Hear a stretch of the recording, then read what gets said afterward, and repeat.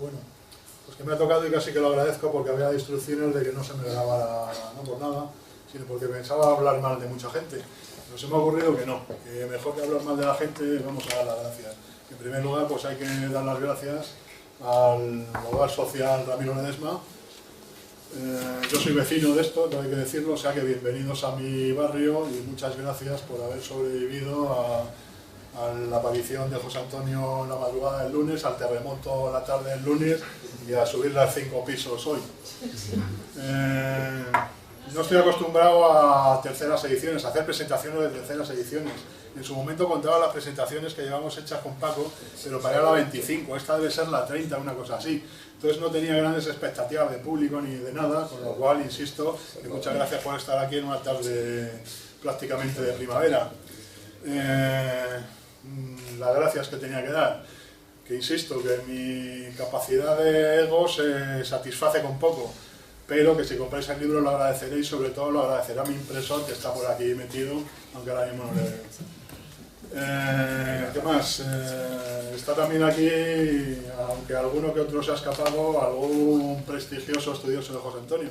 Yo estoy viendo ahora, por ejemplo, a Salva Ceprián, un libro que acabará en la biblioteca de este sitio, cuando él tenga bien conseguírmelo, porque es un libro de tirada limitadísima, pero con unas cuantas son 15, 20 colaboraciones sobre José Antonio, pero con completa actualidad. ¿Qué más? ¿Qué más? Más gracias, más gracias. Pues bueno, mucha gente está aquí convocada por una página muy rara que se llama La Torrija y sus variedades, que ha tenido más éxito que otras que ni siquiera nos han saludado y para las que ni siquiera asiste esta presentación. Pues en la de La Torrija, con su capacidad de convocatoria, o La Torrija, con su capacidad de convocatoria, al final de esta presentación va a hacer una degustación de Bartolillos. Y esto merece una explicación. O sea, que los Bartolillos no eran una trampa. No, en absoluto. Son constatables y comibles en breve. Os cuento un poco la historia para los que no estéis puestos. En el año 26, quiero recordar, en el Mesón del Segoviano, José Antonio hizo un poema perfecto, no sé exactamente cómo se denomina, y loaba la comida que había cenado esa noche.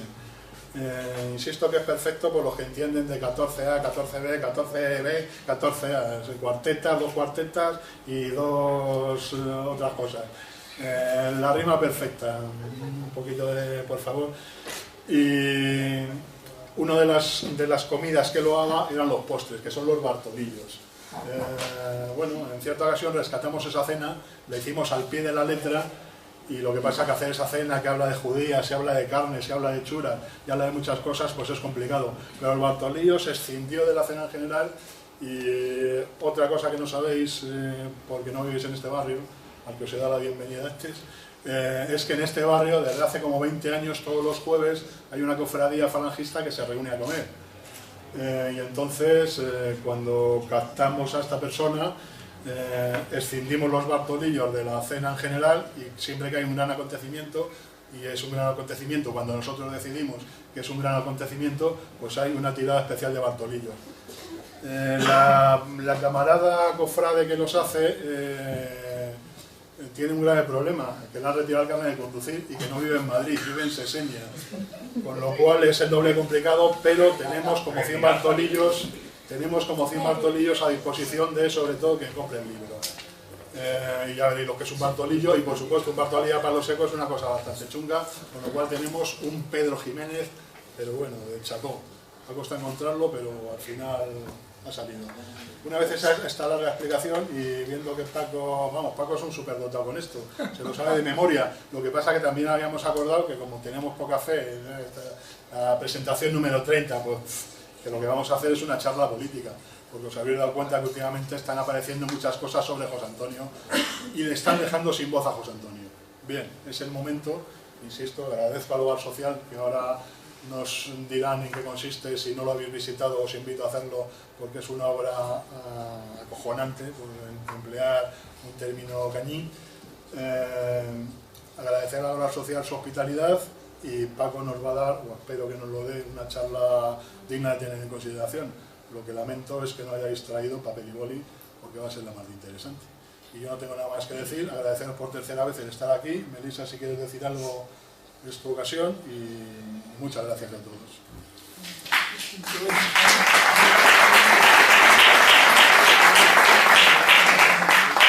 Bueno, muchas gracias a todos por venir, que encantadísimos de que hagáis presentaciones así. Y bueno, yo creo que es bastante importante, sobre todo desde la labor cultural que se pretende hacer en el hogar social, que es, bueno, al fin y al cabo una tribuna abierta para que cada uno pues exponga sus trabajos, sus proyectos, sus presentaciones de libros, y que sea el espacio de todos, de todo aquel que necesite un lugar para hacer cualquier actividad cultural, que sepa que esta también es su casa. Y bueno, la verdad es que yo creo que esta presentación es bastante interesante, en la medida en la que José Antonio es un personaje no tanto controvertido como desconocido, pero sí que yo creo que abarca el interés de muchas sensibilidades políticas. Y bueno, que encantados de que hagáis esta presentación. Muy bien. Bueno, yo la verdad es que tengo aquí 15 folios escritos que luego no miraré como de costumbre, y me he traído estas fotografías que muchas de las que voy a ver son inéditas. Hay por ahí un personaje que hace baladronadas de sus inéditos. Bueno, pues yo he dicho eso. Ese mismo personaje, pues también parece ser que cuando alguien va a hablar de José Antonio, no sé si bien o mal, tiene que buscar, y tiene ánimo de lucro, claro, naturalmente. Como nosotros no ganamos nada, sino que perdemos casi siempre, pues naturalmente el ánimo de lucro está muy lejos. Casi siempre dicen eso de que es pariente de alguien, y al final no sale con que uno acaba siendo hijo de un vieja guardia y cosas por el estilo. Yo no soy hijo de vieja guardia, pero me he traído una cosa que ahora me la voy a poner, porque no me la pongo para que no se pierda, que nadie me malinterprete. Este escudito, que todo el mundo puede ver, es de 1936. Es el mismo que vendían los falangistas y que llevaba José Antonio. No es de Galería del Coleccionista ni nada de eso. Es original, me lo entregó hace tiempo el hijo de un camisa vieja, y yo normalmente, para no perderlo naturalmente, porque está en una vitrina, me lo pongo cuando vengo a algunos sitios a dar alguna conferencia, alguna charla, que naturalmente no es de corte académico, sino, como decía José Antonio antes, bueno, José Antonio no, Miguel Ángel, ya lo he confundido, pues tiene... pudo ser heredero de José Antonio en el título de jefe nacional, pero eso es otra historia sobre la que mejor correr un tupido velo. Ya sabéis que José Antonio empezaba aquel discurso de la comedia diciendo eso de nada de un párrafo de gracias, pero yo sí tengo que dar las gracias, pero las gracias se dan cuando tienen algún tipo de sentido, ¿no? Y naturalmente tengo que dárselas a Melissa, porque es la anfitriona de este acto, y porque de alguna manera ella y la gente que colabora aquí son herederas de muchos de estos personajes que salen en este libro, porque este libro es la historia también de José Antonio, pero está lleno de personajes como Llanitos Marcos, que era una chica de la sección femenina, que tendría 16 o 17 años entonces, a la que yo tuve la oportunidad de conocer durante mucho tiempo, y que hasta el 21 de julio de 1936, jugándose la vida, entraba en la prisión de Alicante para comunicarse con José Antonio. O como las hermanas Chavas, Riera, asesinadas en Paterna, unas de esas rosas azules que todos sabemos que solo hay rosas rojas, ¿no? Como cuenta, pero hay una larga lista de rosas azules que, aunque como Miguel Ángel decía que no se quería meter con nadie, yo soy experto en meterme con la gente, pues los propios seguidores o quienes deberían rendirles tributo se olvidan olímpicamente de ellas. Las hermanas Chavas, que fueron a visitar a José Antonio, que llevaron oculta una cámara, que hicieron 16 fotografías para ser exactos, no una como se hace, creo que hay, ahora veremos alguna aquí proyectada, y que naturalmente dejaron la vida. O como María del Carmen, Matilde Pérez y Julia Riera, que yo tuve la oportunidad de conocer a unos familiares suyos, que fueron los valientes contactos de Agustín Aznar en Alicante en septiembre de 1936, cuando intentó, en fin, lograr la forma de, sobornando a la gente, liberar a José Antonio, y estas chicas se jugaban la vida porque eran las que iban, figúrense ustedes, a decirle al oficial de turno, al miliciano de turno, si querían aceptar un dinero a cambio de colaborar en el rescate de José Antonio, lo que era tanto como jugarse la vida. He leído hace poco, yo no sé si a veces nos pierde un poco de misoginia en este ambiente, pero he leído hace poco en un libro de estos que han salido que las chicas de la obsesión femenina pues llevaban cajetillas de tabaco, bocadillos y cosas similares, y se olvida un poco de que se jugaban la vida y que estaban en el punto de mira de los milicianos. Hay una coplilla que cantaban a una chica que sería luego asesinada, que decía: a los presos de Chinchilla. Bueno, estas son las canciones de estos que ahora no tienen memoria histórica, porque ya saben ustedes que esto de la memoria histórica solo es para uno. José Antonio Primo de Rivera, Onésimo Redondo, Julio Ruiz de Alda, Ramiro Ledesma, cayeron en la zona republicana, asesinados. Dice la infame ley de la memoria histórica en su inicio que es para acoger a todas las víctimas que padecieran violencia, asesinato, etcétera, durante la guerra civil y el franquismo. Bueno, yo creo que los asesinados, pues naturalmente podrían acogerse a ese derecho. Esto me viene al caso porque el otro día recibí contestación del señor alcalde de Valladolid, que como saben heroicamente ha resistido para que no se retire el monumento a Onésimo Redondo, y en el cual una carta yo le hacía constar que Onésimo Redondo había sido víctima, naturalmente, víctima de estas cosas, y me ha contestado diciendo que qué le vamos a hacer, que él no puede oponerse a la ley. Pues dice esto que cantaban estos chicos de las juventudes socialistas, que hoy son tan monos, cantaban: a los presos de Chinchilla les vamos a regalar la cabeza de la Miedes para jugar al billar. La cabeza de la Miedes pronto la vamos a ver colgadita de un farol en medio de Zocodover. Naturalmente que la colgaron. Y también como esas muchachas que también salen en este libro, como Isabel, ya que hay ahora una tendencia a incluir algo que hace 30 o 40 años no tenía importancia, las cuestiones sentimentales. Pues Isabel fue el último gran amor de José Antonio. Se habían conocido en diciembre de 1935, su amor fructificó entre las rejas de la prisión, y yo tengo para mí que él al final consiguió que dejara de ir, incluso a Alicante, por el riesgo que suponía para su vida. Y volviendo al principio, pues Melissa y quienes trabajan en este hogar social, pues forman también parte de esas mujeres que, como Pilar, como decía Ridrejo, la lámpara votiva de José Antonio, eran la letra pequeña de la falange, porque eran las que de verdad se arremangaron después para luchar contra la pobreza, contra la miseria, para quitar los piojos de la cabeza y los piojos del alma, para dar de comer a aquellos que no tenían que comer, y naturalmente para con esa labor reconciliar de verdad a aquellos que tienen sed de justicia con su patria, que era lo que José Antonio quería hacer. Y acabar así de paso con esos demagogos que lo siguen viendo hoy como una turba desesperada a la que hay que alimentar en su desesperación, para que con eso les permita encaramarse, ¿no?, en el poder con la falsa bandera de una revolución.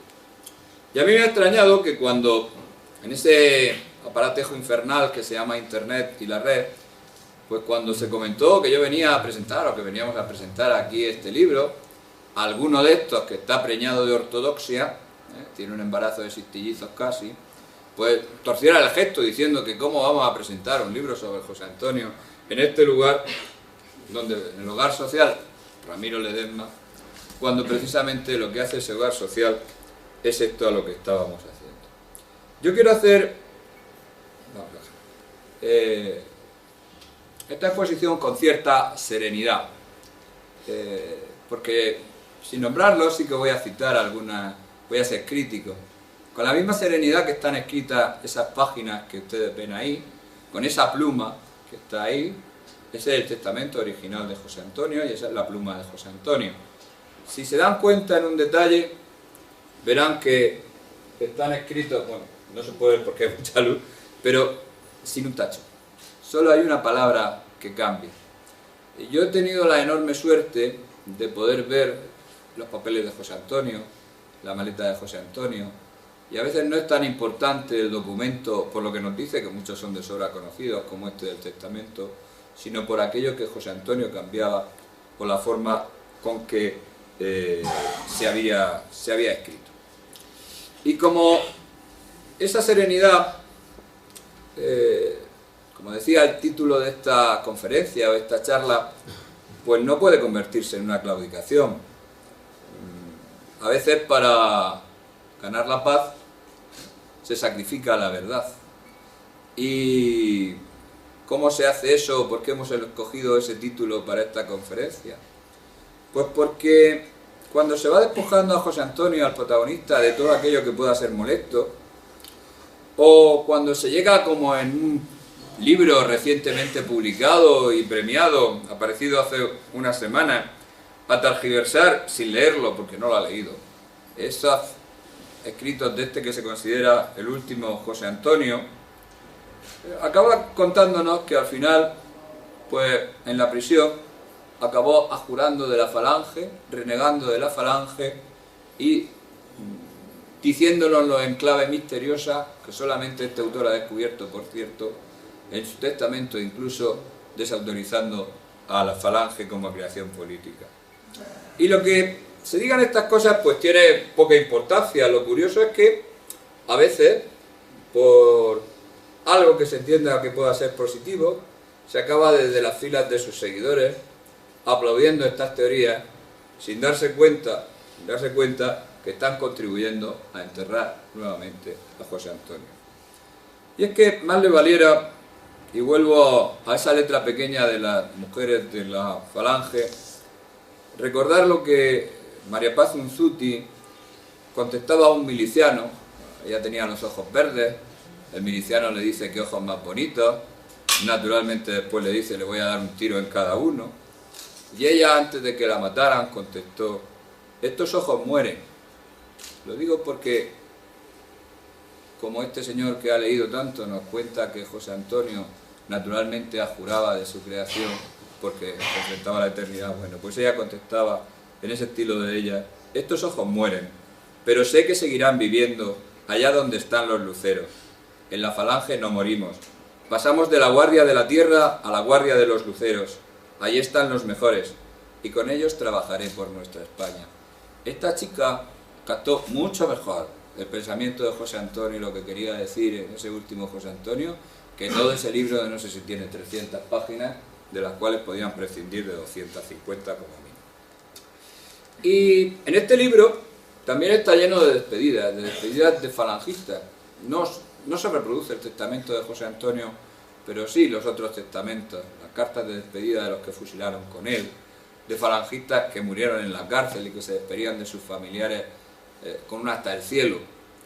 Y que curiosamente, ahora un autor también dice que lo ha descubierto, está puesto en este libro, pero en fin, ¿qué le vamos a hacer? Pues naturalmente, curiosamente, coinciden con la misma expresión que tiene el testamento de José Antonio. Por eso nosotros hablamos de esto de la verdad antes que la paz. Es decir, no queremos tener un refugio cómodo.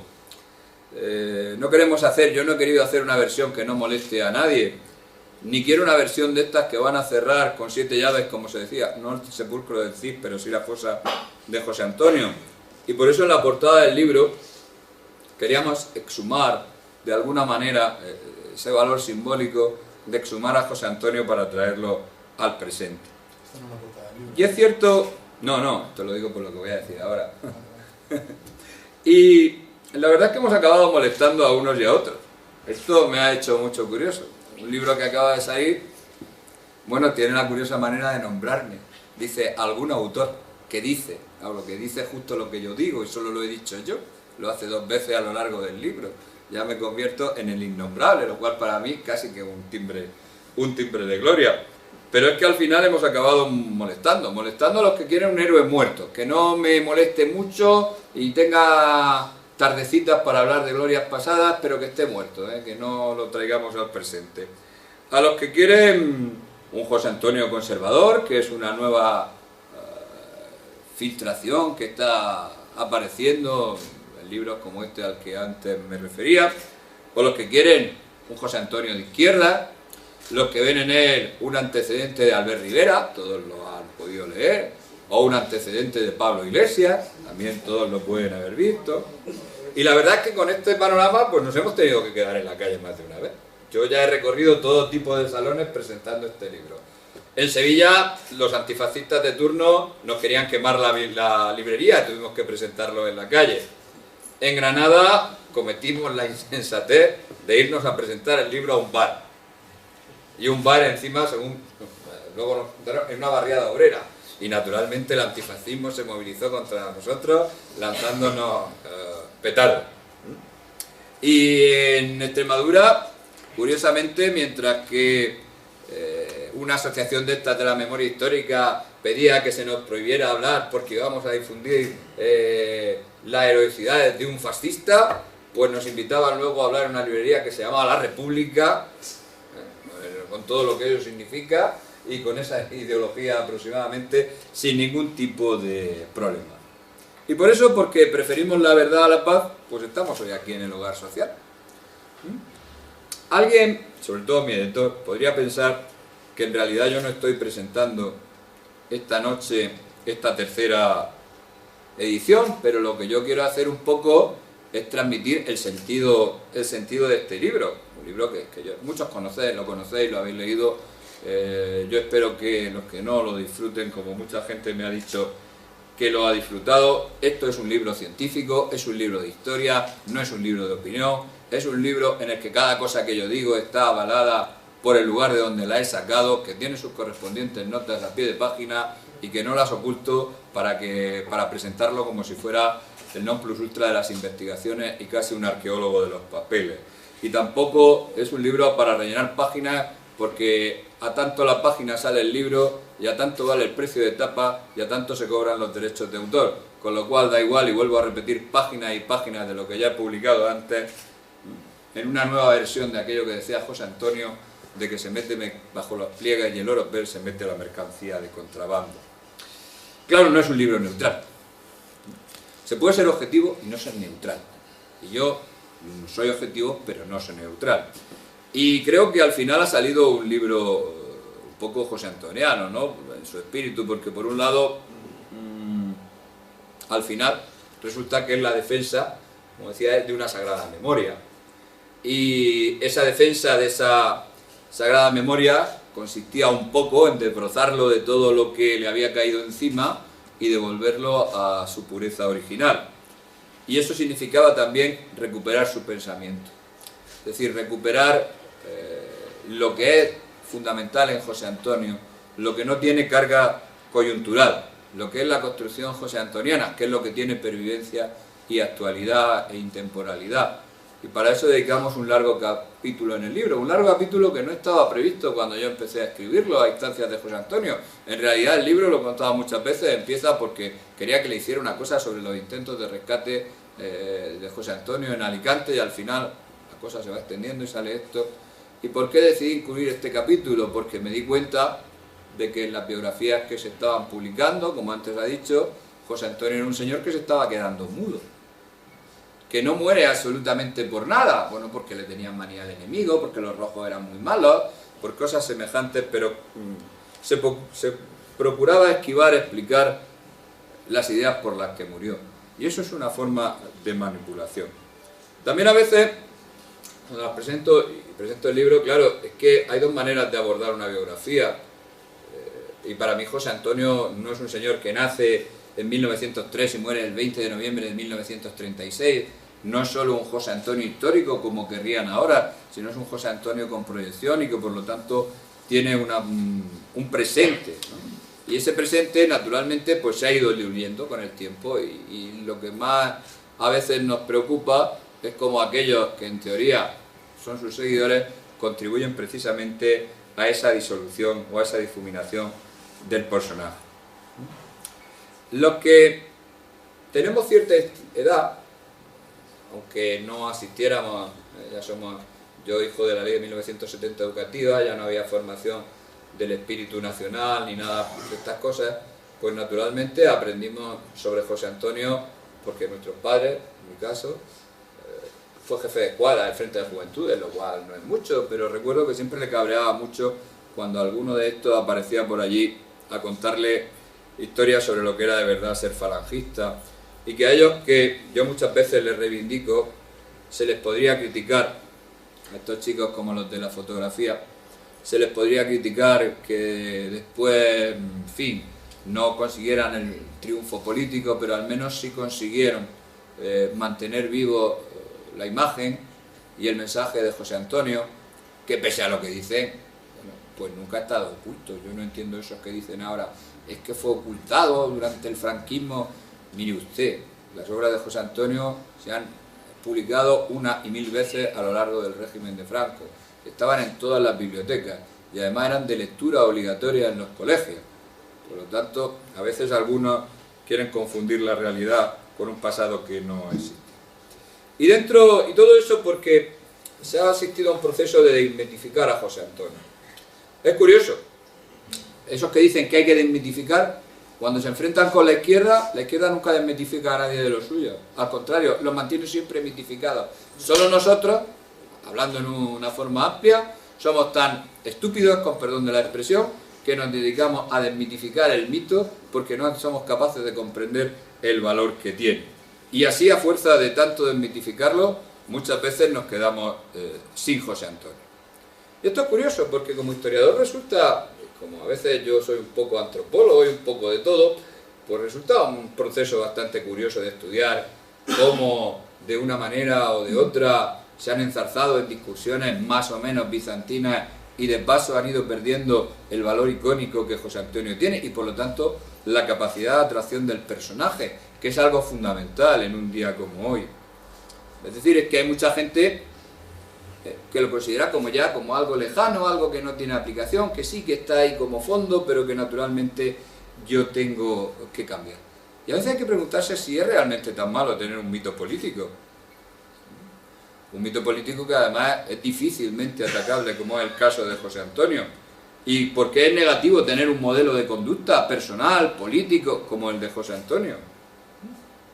¿O es que no se dan cuenta muchas veces de que si no se tiene un universo mítico, un partido político necesita un universo mítico? Cuando se pierde el universo mítico no tiene capacidad de atracción. Cierto es que los universos míticos son adaptables a cada tiempo, pero tienen que estar ahí. Y es curioso que precisamente ahora pues estén apareciendo un cierto revival, ¿no? Varios libros, no este que naturalmente no tiene esa capacidad de distribución, pero sí varios libros que muestran un cierto interés por la figura de José Antonio. Y claro, cada uno trata de arrimarlo a su molino. Hemos tenido desde que se anuncia un musical a una posible película de la cual yo tengo el guión encima de mi mesa para ser rectificado como asesor histórico, incluyendo los libros que están apareciendo y algunos más que se anuncian. Y habría que darse cuenta que si muchas veces el adversario del próximo se da cuenta de ese valor, será por algo, y por lo tanto será por ese valor de capacidad de atracción que tiene el personaje.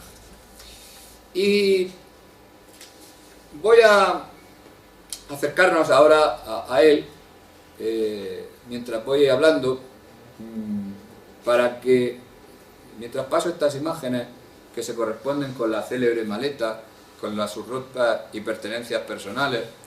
Es curioso, pero uno de estos señores ha escrito por ahí que es que, claro, yo le tengo manía a Indalecio Prieto, porque le he dicho que el señor Prieto secuestró, robó, guardó las pertenencias de José Antonio desde 1936 hasta que las devolvieron en 1977. Claro, si a eso no se le llama robar, guardar, hurtar, pertenencias que además eran personales, no sé cómo se le pueden llamar a estas cosas. Hay en este libro dos cosas fundamentales, que es que vamos a ir, o se va uno tropezando entre el José Antonio de puertas para afuera y el José Antonio de puertas para adentro. Y en ese José Antonio de puertas para adentro se analiza un poco esta otra visión, que son las cosas particulares, las cosas personales. Entre estas cosas personales siempre guardé un pañuelo bordado que ponía Pilar, que fue su primera novia, con una foto muy jovencita que tenía en la maleta, que se llevó a la prisión de Alicante. Bueno, esta es la famosa esta de las huellas dactilares. Es curioso porque cuando a veces yo he ido a dar alguna charla por ahí y trato de explicar a gente que no está próxima a José Antonio o a lo que pudiera representar el valor intemporal de su mensaje, lo que hago es leer algunos párrafos, y esos párrafos reflejan muy bien eso que yo decía, ese interés en el libro de retratar al José Antonio actual que no actualizado. Voy a hacer la prueba con tres.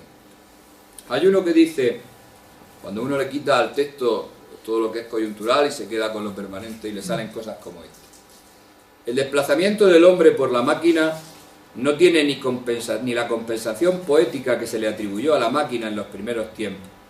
Aquella compensación que consistía en aliviar a los hombres de una tarea formidable. Se decía, no, las máquinas harán nuestro trabajo, las máquinas nos liberarán de nuestra labor.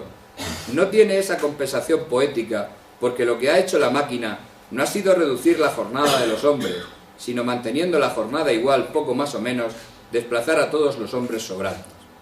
Otro párrafo. Pero después, una de las notas más simpáticas y atractivas del periodo del capitalismo liberal falla también.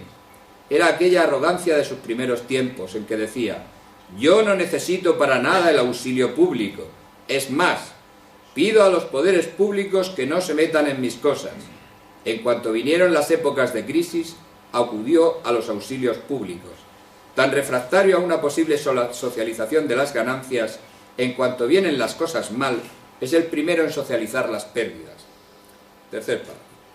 Al hombre se le ha librado de todos sus atributos, se le ha dejado químicamente puro en su condición de individuo. Ya no tiene nada, tiene el día y la noche, no tiene ni un pedazo de tierra donde poner los pies, ni una casa donde cobijarse. La antigua ciudadanía completa, humana, íntegra, llena, se ha quedado reducido a estas dos cosas desoladoras: un número en las listas electorales y un número en las colas a la puerta de la fábrica. Claro, cuando uno lee esto diría, bueno, ¿esto cuándo está escrito exactamente? ¿En 1936 o en el año 2015? Por lo tanto, era importante. Por eso a José Antonio, solo he sacado estos tres párrafos, hay que dejarlo mudo. Y se le deja mudo en algunos de estos libros que están saliendo en la actualidad.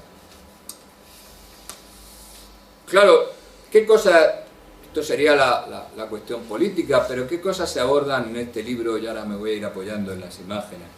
Bueno, hay una serie de elementos que son los que todo el mundo le gustaría saber, o por los que alguna vez se ha preguntado, ¿no? Cómo fue la ejecución, aunque esto quizás sea lo menos significativo, salvo por la razón del momento. Cómo fueron los intentos de rescate, cómo se construyó el mito, cómo era esa relación que en realidad no existió con Franco, qué papel realmente tuvo frente al lanzamiento, a la sublevación militar, a la sublevación cívico-militar, que es lo que fue, y frente a la guerra posteriormente, qué es lo que pensó en la cárcel, porque es importante sus escritos, cómo era personalmente y sobre todo cómo fue el juicio en el cual estuvieron. Todo ello se ha investigado, en mi caso, desde una documentación que estaba inédita porque estaba en el archivo y nadie había ido a verla, naturalmente, en la que se apoya, y naturalmente la colaboración de muchas personas que estuvieron. Esta foto que todo el mundo conoce es la de José Antonio. No sé por qué algunos tienen la manía que esto es la cárcel de Alicante cuando es la modelo, pero bueno, se sigue produciendo ese error muy a menudo en uno de estos libros que han salido, por cierto. Y lo que hay al lado es la cámara con la que se hizo.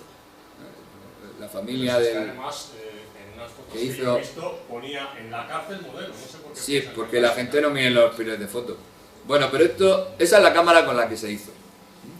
El señor que hicieron, la familia que hizo las fotos.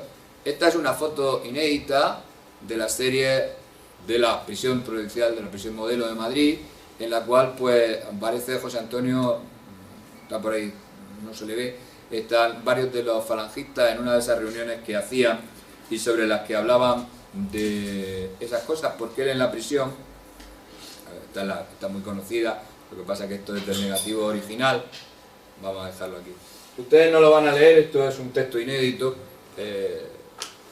Yo tuve la oportunidad de que me dejaran los papeles famosos. Unos son realmente de la maleta y otros son introducidos después, porque por las fechas de lo que hay, pues son otro tipo de papeles que la familia fue guardando, ¿no? Y todo el mundo sabe que José Antonio tenía una enorme preocupación.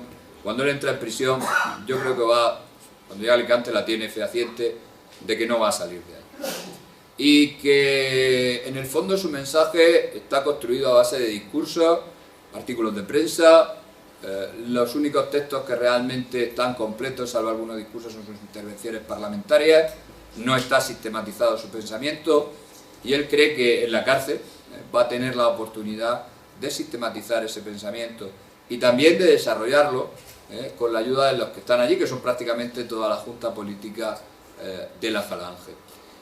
Durante mucho tiempo se ha especulado de qué cosas hablaban, bueno, por ahí circulando muchos relatos. Aquí tienen uno de los temas que van a abordar, está de su puño y letra, y que refleja un poco qué es lo que le preocupaba cuando estaba en la cárcel Modelo de Madrid. Dice: la crisis del capitalismo, la irreligiosidad, la prostitución del liberalismo, la Iglesia y su capitulación ante la técnica, y luego habla de cuál sería la nueva tarea. Dice: la nueva tarea quizás sería la libertad de raíz religiosa. Luego hace unas críticas, por eso este papelito no se publicó cuando se publicaron parte de estos documentos, porque hace unas críticas bastante duras a la CEDA y a otros grupos.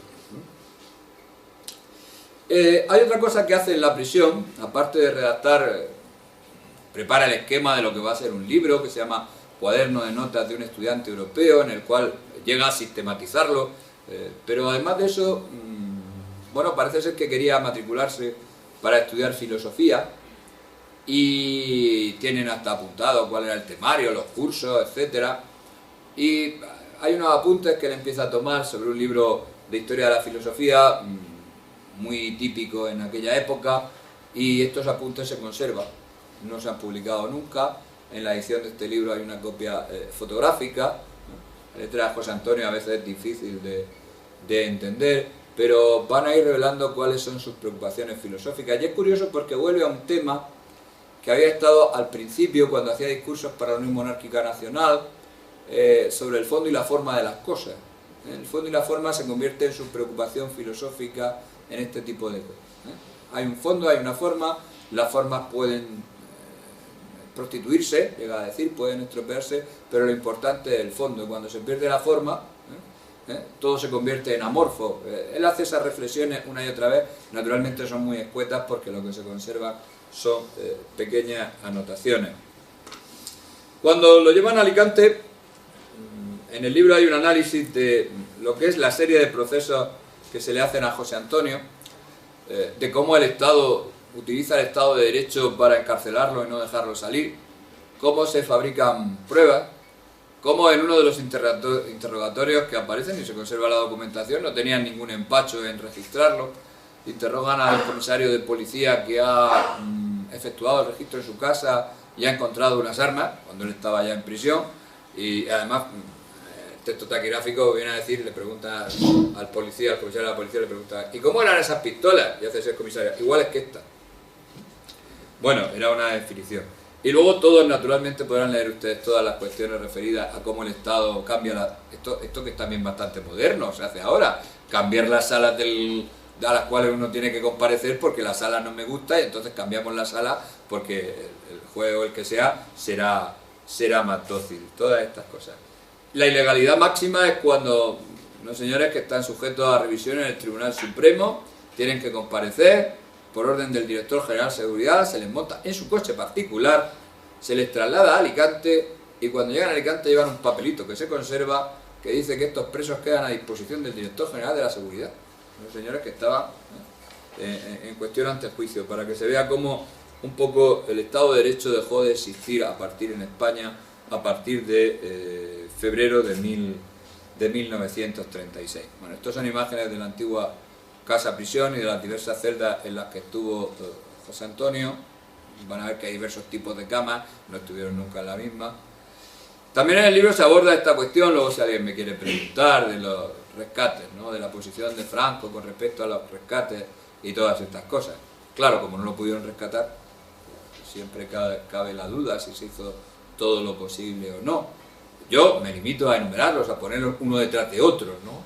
Desde el 3 de septiembre de 1936, que son estos documentos que hay ahí, hasta el último intento, que es el que propone Franco, el 4 de noviembre de 1936. Es el único que propone Franco. A los demás, de los 14, 15, 16, depende de cómo uno los quiera contar, a Franco le proponen 9, Franco los acepta todos, brinda su colaboración, y el último lo propone él personalmente. No es que yo me lo invente, existe la documentación alemana, los telegramas desde Alicante al cuartel general, la contestación de la flota el día 11 de noviembre diciendo que las negociaciones para el canje parece que pueden ir por buen sitio. El otro día sostenía una discusión con un señor que después de explicarle 1000 veces esto, por cierto, este intento del 4 de noviembre, algunos se dedican a borrarlo con goma. Empiezan a poner toda la retahíla, que si Viñas dice, que si el otro dice, y cuando llegan aquí se les procura una oclusión, se ve que la página del libro donde aparecía decidieron arrancarla para que se les rompe la historia. Bueno, pues ya para que vean, cuando uno no se le puede convencer, dice, bueno, pero esto fue el 4 de noviembre, lo propuso Franco, duró hasta el 11, y dice, es que era muy tarde. Hombre, muy tarde no sabían que el juicio iba a empezar hasta el día 16, los alemanes transmiten eso. Bueno, pero es que claro, pero entonces es que el dinero no era suyo, por lo tanto lo podía dar. Claro, cuando llega uno a ese extremo de tontería, pues difícilmente es debatible, ¿no? Bueno, estas son algunas de las 16 fotos, algunas se conocen, otras menos, que hay de la serie esta que se hicieron en la prisión. ¿Cómo se cosa? Hay otra cosa importante. José Antonio escribió 3 novelas, o intentó escribir 3 novelas. Una muy conocida que empezó a escribir cuando era joven, El navegante solitario, que bueno, es un folletín de la época, de estos muy típico de la literatura. Algunos se hacen unas composiciones filosóficas sobre eso, un escrito que es típico, como se sabe en literatura, típico de la literatura de enredo de los años 20, que es cuando José Antonio empieza a escribirlo.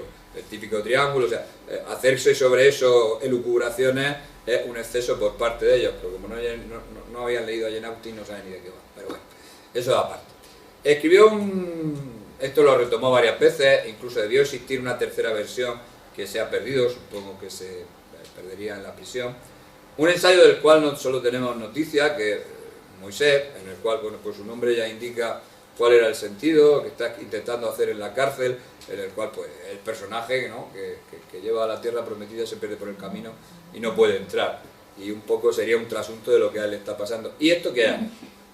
Esto que aquí tiene 4 o 5 cuartillas, no se han publicado nunca, y revela una parte. Bueno, todo el mundo que conoce las cartas, el testamento, sabe que hay una fuerte presencia espiritual en el caso de José Antonio en prisión. Y este tema que él se propone tratar y desarrollar como una novela de ensayo, que enlaza con esa pasión filosófica que estaba intentando desarrollar, o aparentemente, propone un tema. Y ese tema es el siguiente. Es lo que dice aquí en las líneas que por ahí, bueno, es imposible leerlo, pero yo lo leo. Dice, el tema es la lucha constante entre el temor al castigo de la ultratumba y la dificultad que nos lleva a pensar en la naturaleza de Dios. Esto es lo que José Antonio plantea como una novela de ensayo que quiere desarrollar en la prisión. Solo se conservan 4 o 5 cuartillas que nunca se han publicado. Esta es la carátula original, esto es una curiosidad más que otra cosa, de una de las varias que hace para su novela esta de Alarico Alfoz, la primera, que uno le llamará luego El navegante solitario, como lleva cuidado al hacerlo. Pero lo curioso es esto. Este dibujo que hace en prisión, en esa novela, las cuartillas, que un poco, bueno, los que son mayores pues casi les recordará a Roberto Alcázar, y los que no parecen un autorretrato, tienen mucho de autorretrato del propio José Antonio. Estos son los papeles de la famosa carta a Diego Martínez Barrio para un intento de mediación, donde propone un gobierno que se ha repetido muchas veces. Lo que no repiten tanto es que hay 2 listas de gobierno, Claro, cuando no se ven los papeles uno no puede ver los tachones, qué es lo que había pensado y hacer al contrario. Por lo tanto, esto es interesante cuando uno lo hace. Bueno, esto es un poco para que vayan viendo ese universo anecdótico. Guardaba muchas estampas religiosas que le iban mandando. Esta lleva una, no se ve bien, aquella lleva una medallita colgando, y ese es el pañuelo de Pilar, suponemos que de su novia. Es curioso que en estos escritos hay varias reflexiones sobre la muerte, ¿no? En esta especie de poema, que no llega a ser un poema, escribe: un reloj cuenta los segundos, infatigable, tac, tac, tac. Ya hay como un estupor de muerte en su manera de contar. Esto que aquí son este Vidal Gil Tirado, el fiscal que bueno, se va a brindar a condenar a José Antonio. Para ello era presidente del Tribunal del Frente Popular en Alicante, había ejercido casi todo, había estado de presidente del Magistrado Supremo en los diversos juicios contra los consejos de guerra en la zona republicana, y naturalmente renuncia a eso para ser fiscal en el caso de José Antonio. Lo de abajo es la documentación particular del primer hombre que ponen para vigilar al juez enjuto, Juan Serna, por parte del presidente del Tribunal Supremo de la República. Yo tengo la documentación porque acabó en un trapero, en la de la familia, y naturalmente, bueno, pues ahí Juan Serna explica que le están presionando, que el juez le presiona, que quieren hacer un proceso de una determinada manera, que no está dispuesto a dejarse sobornar, que aparece en el libro. Y lo que hay arriba, ese recorte de prensa, es una de las pruebas acusatorias contra José Antonio, utilizadas por el fiscal. Entonces, bueno, pues suena gracioso porque el señor Garzón, que también es juez, pues ha utilizado esto de los recortes del periódico en algún caso, y en el caso de José Antonio la prueba incriminatoria, una de las pruebas incriminatorias es esta. Este titular dice: José Antonio Primo de Rivera celebró varias entrevistas con Hitler.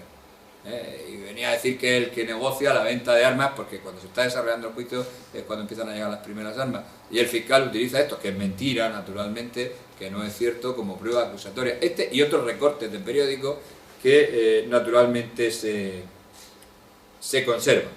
Esto es la sala del tribunal. Esto que hay aquí, que también se analiza en el texto, es interesante, es de puño y letra el discurso de defensa de José Antonio. Y es interesante, que es conocido, que se habrá conocido, está publicado, pero es interesante por los tachones, por las cosas que pone en mayúsculas y en minúsculas, por lo que dice o no dice, por lo que quita. Pues lo tiene que hacer, a él no le dan tiempo para preparar nada. Llegan, le entregan el tocho por la mañana y dentro de un rato te juzgamos, tú verás lo que hace. Viene a ser, no tiene tiempo, no le da tiempo, tiene que hacerlo sobre la marcha prácticamente, no debió dormir durante los 2 días del juicio. Las sesiones fueron mañana, tarde y madrugada, porque acababan sobre las 2 de la mañana. Pues con todo eso hay que ver la claridad con que escribe la letra. La letra es una letra clara, esta es la cuartilla 10, es decir, ya debería estar algo cansado. Pues la claridad con que tiene, la serenidad con que él está defendiéndose en ese juicio, cuando en un juicio que han pactado, en el libro están los encuentros que se hacen en Alicante entre el ministro, el fiscal, el juez, etcétera, y todas estas cosas, que está ya pactada la sentencia. La sentencia está obligada, le han puesto, el ministro le ha ordenado a Vidal Gil Tirado, la sentencia será de muerte para él, para su hermano y para Margot, para su hermana Margarita. Y él, con su brillante defensa, va a salvar a su hermano y a su cuñada. Bueno, eso que hay arriba, por lo menos que no se lea, que se vea, son algunas de las cuartillas. Esta tampoco está publicada, ¿no? Hay cuartillas que él va emborronando con esos pensamientos. Él dice en esta cuartilla, curioso: España es un estilo, toda unidad histórica es un estilo, es decir, una forma. Esto que yo estaba comentando antes. La decadencia es siempre la vuelta a lo amorfo. Hay otra cuartilla muy curiosa, está en la edición de este libro, en la cual él hace una especie de monstruo, en el cual va diciendo todas las regiones de España, quién ha aportado cada una de ellas al ser de España, y por qué cada una representa una parte de España. Esto que hay aquí, en el juicio se borró, y no lo borró Franco, lo borraron las autoridades republicanas. Una de las preguntas en la acusación no figura sumario. Afortunadamente, el fiscal Vidal Gil Tirado tuvo la enorme suerte de que lo ascendieron, acabó, en fin, su Majestad del Tribunal Supremo, y al final le dieron una bicoca que era el que se encargaba de facilitar los permisos de salida de España durante la guerra, lo cual, en una situación de guerra, era un puesto privilegiado. Claro, cuando llegaron al final de la guerra, la valentía de Vidal Gil Tirado debió ser poca y decidió salir corriendo. Naturalmente, si te cogen y has sido el fiscal que ha condenado a muerte a José Antonio, no tiene ninguna posibilidad de salir vivo. Claro, se fue tan corriendo que dejó todos los papeles en la mesa de su despacho. Esos papeles se conservan. Y ahí está la pregunta sexta, que desaparece en el sumario. Desaparece porque el jurado contesta a la inversa de lo que se ha demostrado, y por lo tanto había que quitarla. Es curiosa porque dice textualmente: para facilitar el logro de los propósitos indicados en el manifiesto a que se refiere la pregunta cuarta, se realizaron por parte de elementos de Falange española atentados contra personas, se equivoca la taquígrafa y pone de ideología fascista, luego la tachan y ponen de ideología izquierdista y contestan que sí, pero en el juicio hay una larga discusión y al final esto se borra, y claro, decidieron quitarla y no iban a numerar otra vez, por eso en el sumario se salta esta pregunta. Bueno, esta es la copia que se manda al presidente del gobierno, es decir, a Manuel Azaña, al presidente de la República, mejor dicho, a Manuel Azaña, para intentar librar a José Antonio, porque pese a todo lo que se ha dicho de que si Indalecio Prieto le quería, que si los anarquistas también le querían, al final le quería a todo el mundo, parece que nadie lo quería fusilar, ¿no? El único que en realidad hace gestiones es el propio Manuel Azaña. Ya las había hecho antes cuando intentaron asesinarlo en agosto de 1936. Es Azaña y no Indalecio Prieto el que de verdad consigue, con su influencia, que no se le ejecute. Luego Prieto, que era experto en ponerse medallas, se las puso él. Y es Azaña el único que moviliza a su ministro, al ministro Carlos Esplá, para intentar que no se aplique la sentencia de muerte, y que moviliza también al gobernador civil de Alicante, que es un hombre suyo, para que intente de alguna manera conseguir que los partidos políticos de Alicante, básicamente anarquistas, que eran quienes mandaban, pues apoyaran en la no ejecución. Naturalmente los partidos, por una nota que se conserva publicada en la prensa por la tarde, apoyaban la ejecución. Bueno, hay una serie de fotografías, de dibujos que hizo Quemer, que era un dibujante, un buen ilustrador, en 1939. Ustedes habrán visto que por ahí circula una nueva versión de cómo era el fusilamiento. Bueno, pues este señor, con los testigos allí, fue haciendo la reconstrucción de la ejecución, escribiendo las cartas. Esta es la salida al patio que daba a la enfermería. Este es el lugar donde le fusilaron. Como ven, hay 5 puestos en fila delante de esa pared, no caben, porque además en este lado de acá hay unas escaleras que llegan hasta ahí, unos escalones que luego quitaron, luego se quitaron. Yo que he ido de pequeño aquí a la casa prisión, a esto, la pared ya no era igual, se quitaron. Bueno, estos dos son los personajes fundamentales, ¿no?, de la ejecución, que son Guillermo Toscano, el que le da el jefe de la guardia de la prisión anarquista, el del abrigo, el que le da el tiro de gracia a José Antonio, y ese el alférez Juan José González Vázquez, que era el teórico jefe del piquete de guardias de asalto que debería haber recogido a José Antonio y haberlo llevado a ser ejecutado en el cementerio de Alicante, que era donde se ejecutaba. Se varió la ejecución por una razón, porque el juez enjuto descubre que hay quien en Alicante está ofreciendo 1 millón de pesetas en oro para que comprara la guardia de asalto, de tal manera que la guardia de asalto, cuando traslade al preso desde la prisión al cementerio, lo lleve directamente al puerto a un barco británico, mientras que ellos iban a embarcar en un barco alemán. Y esto no es que yo me lo invente, sino que lo dice el propio juez de la República. Por eso había que cambiar a la guardia, por eso no lo tenía que fusilar la guardia de asalto, y por eso a las 5 de la mañana o a las 4 de la mañana el delegado del Frente Popular en Alicante llama rápidamente a la prisión para que se compre un piquete con los milicianos que están allí. Algunos tenían simpatía por José Antonio, le habían tratado bien, incluyendo Guillermo Toscano, para que formen el primer piquete y que manden unos hombres, naturalmente, para reforzarlos por si acaso. Bueno, esto es un poco la reconstrucción de los dibujos de cómo es la ejecución, la salida de la ambulancia. A José Antonio le dispararon al cuerpo y a la cabeza. Esas son las balas que se conservan. Y esto es la exhumación de 1939, en la cual se rescata el cuerpo por primera vez, la ficha de inhumación y la salida. Claro, habría que pensar por qué este personaje fue perdiendo. Claro, el personaje fue perdiendo peso político a partir de los finales de los años 50. ¿No? Quedó como un referente. El Frente de Juventudes se transformó en la Organización Juvenil Española, lo que es igual pero no es lo mismo, y naturalmente dejó de tener peso político. Y es curioso porque buceando, en esa época aparecen tres tendencias sobre ese José Antonio.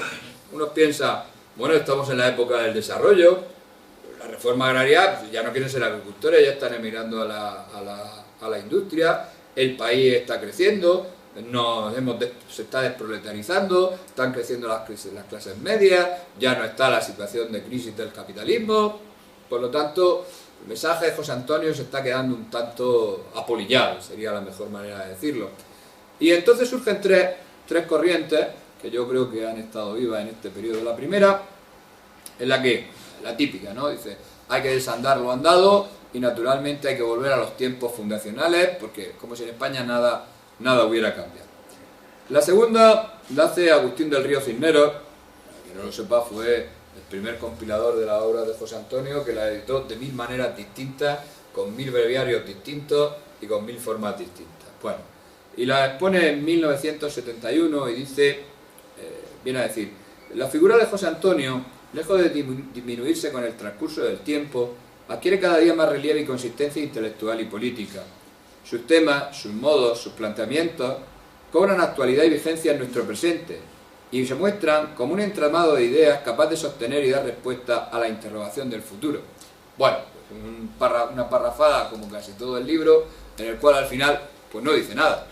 Pero hay una tercera corriente que la empieza a difundir un señor que se llama Gabriel Elorriaga, nada más y nada menos que en el discurso conmemorativo del 20 de noviembre de 1962. Y en ese discurso, que habla sobre el futuro de José Antonio Elorriaga, pues dice, la personalidad de José Antonio tiene capacidades futuro, su actitud política es importante y al mismo tiempo da por cerradas muchas de sus propuestas porque eran soluciones a una coyuntura concreta ya superada. Y lo que va a quedar será el valor moral de las actitudes humanas, que alienta una doctrina y que por lo tanto es necesario, desde esa misma actitud, desde una fidelidad esencial a un modo de ser y actuar, renovarse, recrearse, adicionarse al ritmo de la marcha del tiempo, o mejor, a las consecuencias insoslayables de dicha marcha. Y algunos siguieron tan al pie de la letra los planteamientos de Elorriaga, se renovaron y se adicionaron tanto al ritmo de los tiempos que naturalmente dejaron de ser falangistas. Y entonces se va a exaltar ese José Antonio como un hombre que lo que propone es una opción, un humanismo político de raíz cristiana, en el cual la vida política es una manera de ser y de estar y de intervenir, pero que naturalmente pues lo que fue su creación política debe dejar de tener peso y que se convierta en algo así que es mejor mandar al archivo de los recuerdos.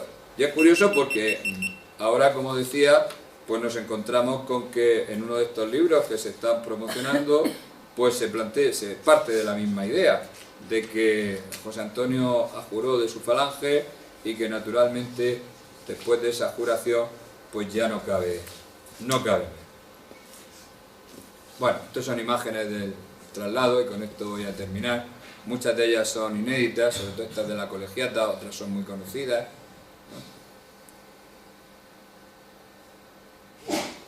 ¿no? Una de las cosas, antes refería que estando en prisión él piensa muchas veces, no con premoniciones, ni sucesos paranormales, ni nada por el estilo, ¿no? Piensa muchas veces en la muerte. Y en este escrito, que es del 24 de junio de 1936, es decir, hay unos párrafos que dice al final, dice: vago por una selva oscura, de oscuras faunas y floras, opaca a las estrellas mientras el tiempo corre, y en esta larga noche que nunca llega al día, me quemo en una ausencia de segura armonía y ando como los ciegos. Hay en muchos textos escritos esa especie de lamento, de presencia o de sentimiento de que, bueno, de allí no va a salir y que a esto es a lo que se tiene que enfrentar. Hay cosas como esta que es mejor no publicarlas. Ahora que está de moda esto de compararlo con Lorca, bueno, menos mal que a José Antonio le dio por poner su autoridad y poner la letra del Cara al Sol, porque lo que José Antonio había escrito para la letra del Cara al Sol era lo siguiente: adelante siempre los muchachos, venid, venid, venid, adelante al compás los muchachos, venid, venid, venid. Bueno, menos mal, ¿eh? Lo que sí es curioso es que la idea de lo de la primavera sí es suya, porque está ahí abajo: volverá después la primavera, volverá después la primavera, la vida nueva volverá, la vida nueva volverá, porque España siempre vivirá. No estaba la cosa dotada, menos mal que decidió reunir a la escuadra de poetas, como dicen, cerrar la puerta y decir: de aquí no sale nadie hasta que esto tenga algún tipo de licencia. Pero bueno, había conservado este manuscrito, este monstruo que dice ahí para el himno del Cara al Sol. Hay una parte lamentable, porque esto de la memoria histórica tiene su aquel, ¿no? Hace años se derribó la casa prisión. Hoy ni una placa recuerda el lugar donde José Antonio fue ejecutado, asesinado, porque esa sería la realidad. Solo se conserva de la casa prisión la torre central, esa que vemos, y esto queda aquí, el día del derribo, hoy no se ve muy bien, es la parte donde él murió. Esto queda aquí es una arqueta, era propiedad de Blas Piñar, de la familia que me hizo la amabilidad de facilitarme las fotografías que recogieron los restos de la tierra, la tenía Felipe Jiménez de Sandoval, los restos de la tierra donde José Antonio había estado sepultado. Eso es, los restos creo que nunca se han puesto abiertas. Esto es cuando estaban las primeras obras. Hoy al menos todavía se conserva la fosa donde José Antonio estuvo enterrado, y eso, una pena que no se vea bien, bueno, pero se ve ahí la cabeza. Esta es la famosa huella, porque afortunadamente, bueno, pues tengo la documentación de cuando se hicieron las dos prospecciones para lo de la huella, que además son muy curiosas porque cuentan bastante en fin, de cómo fue la ejecución y todo lo demás, y cómo se encontraba el cuerpo. Pero eso lo voy a dejar porque mi editor me lo tiene prohibido para un próximo libro y para darle un disgusto a alguno que acaba de publicar uno, ¿eh? Pero bueno, ahí está la foto de esto, es cómo se conservaba en la actualidad la fosa. Y para cerrar, esto es una de las cosas que quedaban en su maleta. En su maleta quedaba esta pequeña, el color no se ve porque tenemos mucha luz, pero esta pequeña bandera de este tamaño de la Falange que él conservaba en la maleta hasta el día de su muerte.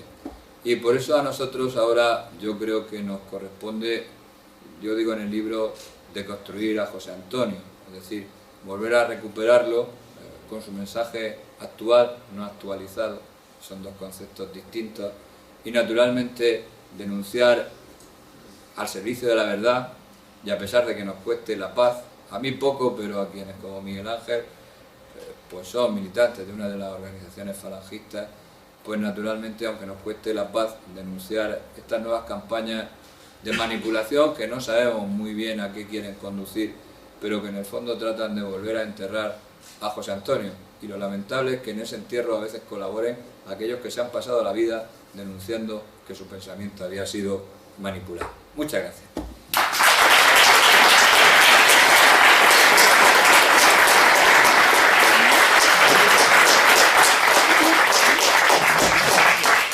Si quieren, no sé ni qué hora es, ni qué tiempo, yo no tengo prisa. 8:30. Si quieren preguntar algo, y yo puedo contestarlo, lo contesto, claro.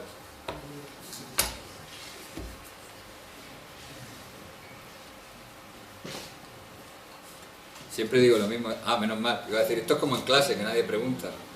En el libro haces aludes a la existencia de un primer testamento Sí. que fue censurado por las autoridades gubernativas.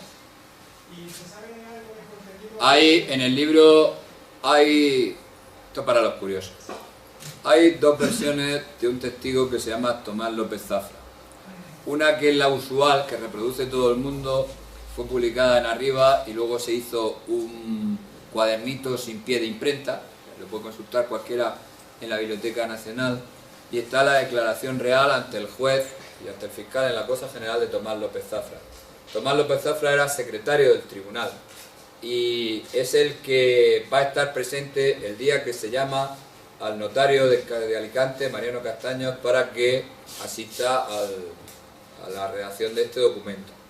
El José Antonio lo tiene, se lo pasa al notario, lo lee en voz alta, como es obligación, y el juez enjuto dice que eso no puede ser autorizado. Tomás López Zafra, ahí se reproduce en el libro el trozo de la declaración, recuerda algunas cosas de las que decía el testamento, por lo que él recuerda era evidentemente un testamento más político, parece ser con determinadas consignas a la Falange, naturalmente no debían ser muy gratas porque si no lo hubieran autorizado, y lo tira. El notario lo coge, hasta donde sabemos, y se lo lleva. Intenta protocolizarlo, pero naturalmente los oficiales de su notaría se niegan, y es él el que lo transcribe. ¿Qué pasó? Yo supongo que cuando, pues dada la situación, el notario lo acabaría destruyendo, porque si lo pillan con eso, pues tenía pena de muerte segura. Es posible que esté por ahí perdido en algún legajo notarial. Es raro que no hubiera salido después de la guerra. Eso es todo lo que se sabe de ese primer testamento, que como no se le autoriza, pues tiene que hacer el segundo. Yo quería preguntarle, porque a mí mi padre siempre de pequeño me decía que él cuando estaba en la Academia de Infantería había algunos compañeros que le comentaban que la gente que tuvo que ver en el juicio de José Antonio, como el fiscal y la gente que condenó a José Antonio, que Franco los dejó escapar al acabar la guerra. No, Enjuto, o sea, pues decían muy mal, eso es una tontería. Enjuto se fue en 1937, luego Franco no lo dejó escapar. El fiscal Vidal Gil Tirado se marchó naturalmente por la frontera cuando la cosa se puso con la evacuación general de Madrid. A los demás se les cogió, se les juzgó y se les fusiló.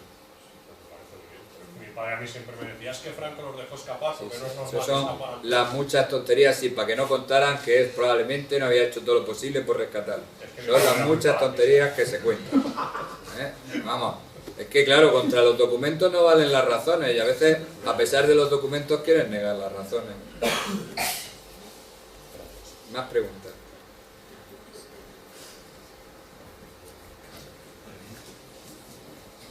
Bueno, pues si no hay nada que preguntar, yo agradecer al Hogar Social la amabilidad que ha tenido en acogernos aquí esta noche. Estoy a su disposición para lo que ellos quieran y pues muchas gracias a todos.